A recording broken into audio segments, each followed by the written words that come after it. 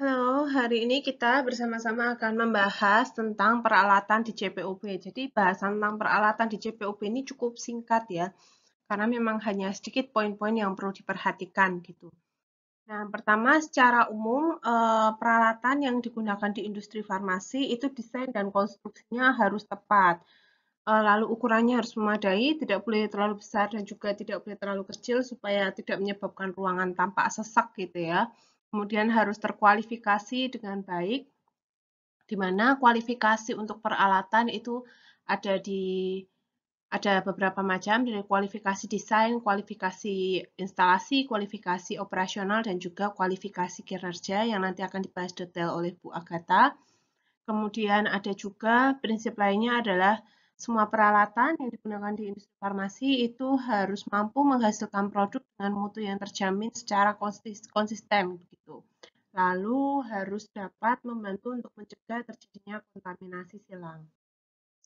Nah, secara umum desain dan konstruksi peralatan yang ada atau yang digunakan di industri farmasi itu kita harus memastikan bahwa semua alat-alat yang kontak langsung dengan bahan itu tidak boleh bersifat reaktif, aditif, atau absorptif karena seperti yang kita ketahui ada beberapa obat atau beberapa senyawa itu yang memang cukup sensitif terhadap bahan-bahan tertentu. Jadi kita perlu memastikan bahwa peralatan yang kita gunakan tidak akan bereaksi dengan bahan kita.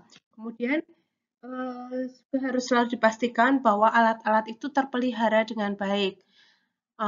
Namun dengan catatan ketika dia dalam proses pemeliharaan itu juga tidak boleh mempengaruhi mutu dari produk yang dihasilkan. Nah, alat-alat yang digunakan di industri farmasi itu juga harus mudah dibersihkan dengan proses pembersihan yang prosedurnya tertulis dengan rinci mulai dari ruang lingkup, penanggung jawab, hingga misalnya cairan yang digunakan untuk membersihkan, prosedur pembersihannya itu seperti apa. Lalu untuk alat timbang dan alat ukur yang digunakan di industri farmasi, itu sebaiknya menggunakan alat-alat dengan rentang ketelitian yang tepat, misalnya penimbangannya berapa angka di belakang koma, kemudian untuk pengambilan liter-literannya seperti apa, dan itu harus rutin dikalibrasi.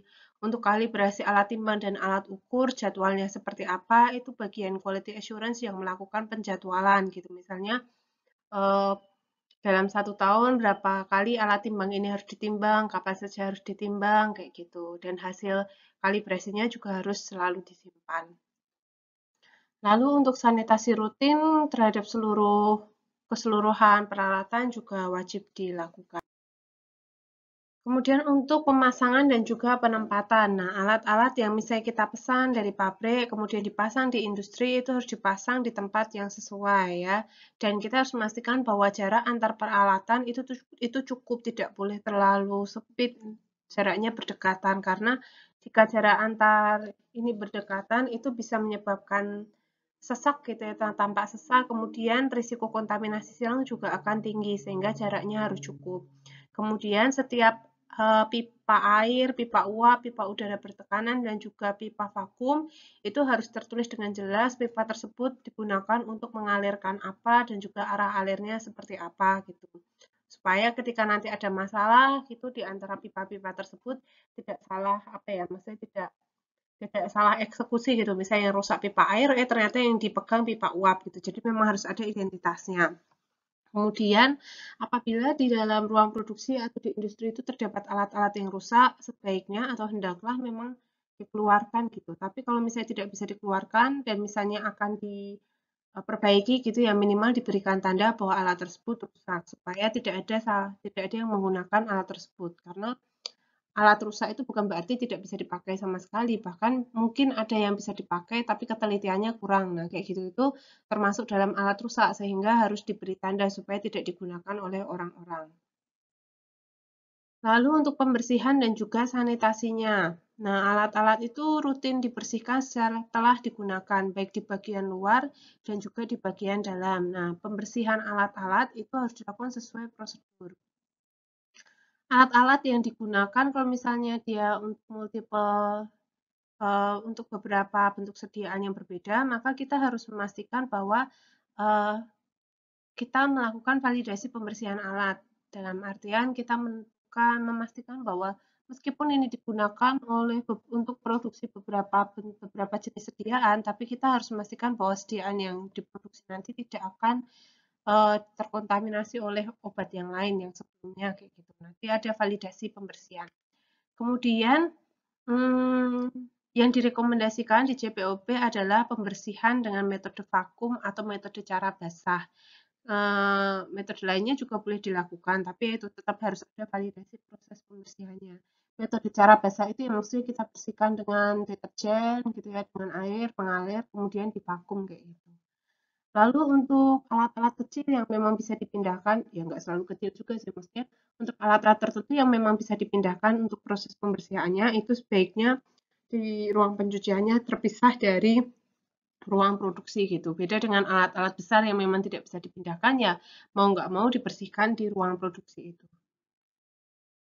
Kemudian terakhir terkait pemeliharaan peralatan yang ada di industri farmasi itu harus dilakukan secara rutin dan terjadwal. Sekali lagi kalau penjadwalan untuk pemeliharaan alat, kualifikasi alat, kalibrasi alat itu dilakukan berdasarkan jadwal yang dibuat oleh QA gitu ya. Kemudian tidak boleh menimbulkan risiko negatif bagi mutu produk. Jadi pemeliharaan apapun itu tidak boleh menimbulkan risiko negatif bagi mutu produk. Misalnya pada saat pemeliharaan misalkan kita kasih tambahan oli supaya lebih lancar gitu alatnya, mekanik alatnya gitu, maka tidak boleh sampai oli tersebut mencemari mutu produknya, mencemari produknya. Kemudian pemeliharaan harus dilakukan dengan prosedur yang tertulis dan rinci, wajib dilakukan sanitasi rutin juga, serta nah ini yang boleh diperhatikan bahwa tidak boleh ada penumpukan kontaminan. Maksudnya gini, misalnya kita akan memproduksi satu line alat itu misalnya hanya digunakan untuk memproduksi satu